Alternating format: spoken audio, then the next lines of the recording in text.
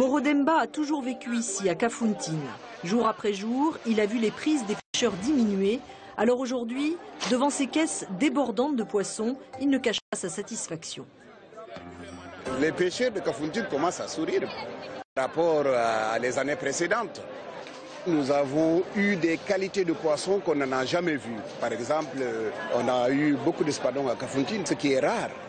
Il ne s'agit pas d'une pêche miraculeuse, mais bien d'un tournant dans la gestion de la pêche au Sénégal, un secteur majeur de l'économie du pays. La pêche fait travailler plus de 600 000 personnes. Le poisson reste l'une des principales sources de protéines de la population, qui elle aussi constate un net changement. Avant, c'était très difficile d'avoir du poisson. Vous pouviez attendre pendant des heures. Maintenant, c'est beaucoup plus facile. Dès que vous arrivez, vous pouvez avoir ce que vous voulez. Ce n'est pas que les stocks de poissons se soient brusquement reconstitués, mais depuis le mois de mai, le gouvernement sénégalais a annulé les autorisations de pêche octroyées à 29 chalutiers pélagiques étrangers. Des licences qui, depuis des décennies, constituent une véritable manne pour les gouvernements ouest-africains, au détriment des pêcheurs locaux, victimes de la surpêche pratiquée par ces bateaux venus d'Europe ou d'Asie.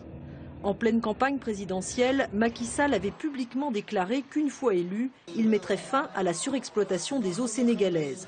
L'organisation Greenpeace, qui avait activement œuvré en ce sens, espère maintenant que la décision du Sénégal fera école. C'est une première étape, mais une bonne quand même. Mais les ressources sont migratoires. Les poissons ne connaissent pas les limites. Nous pensons que le gouvernement sénégalais devrait prendre le lead. Il est maintenant le meilleur élève. Ce mieux que ce que les Sénégal fait plutôt, soit suivi dans le pays de la sous-région pour que la gestion soit régionale. Limiter les navires industriels, favoriser une pêche locale plus responsable, le seul moyen pour les pêcheurs de Kafountine ou d'ailleurs de préserver les ressources marines et d'assurer la sécurité alimentaire des communautés côtières de l'Afrique de l'Ouest.